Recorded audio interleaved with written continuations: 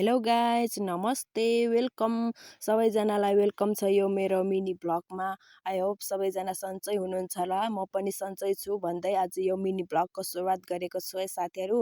र म चाहिँ जाँदैछु आज कहाँ जाँदैछु भन्दाखेरि म डोको बोकेर जान लागेको। अब यसो डोको पनि देखाइदिएको है साथीहरू। र म जाँदैछु साथीहरू, हाम्रो गाउँको बाटो चाहिँ यस्तै छ है, अलिकति जङ्गल जस्तो देखिरहेछ। र म एउटा डाँडामा निस्केको छु साथीहरू। यो डाँडा चाहिँ एकदम नाइस छ।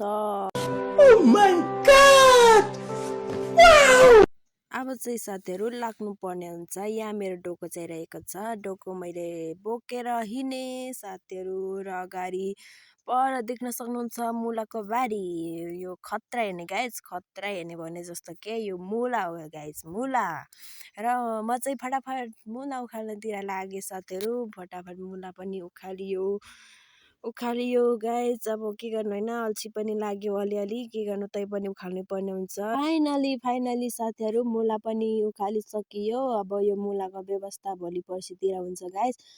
आजको लागि चाहिँ यति नै रहेको छ भिडियो। अब यो फाइनलमा के बोल्नुपर्छ भन्ने थाहा छैन साथीहरू। मेरो लुक्स यस्तो छ है गाइज। By by.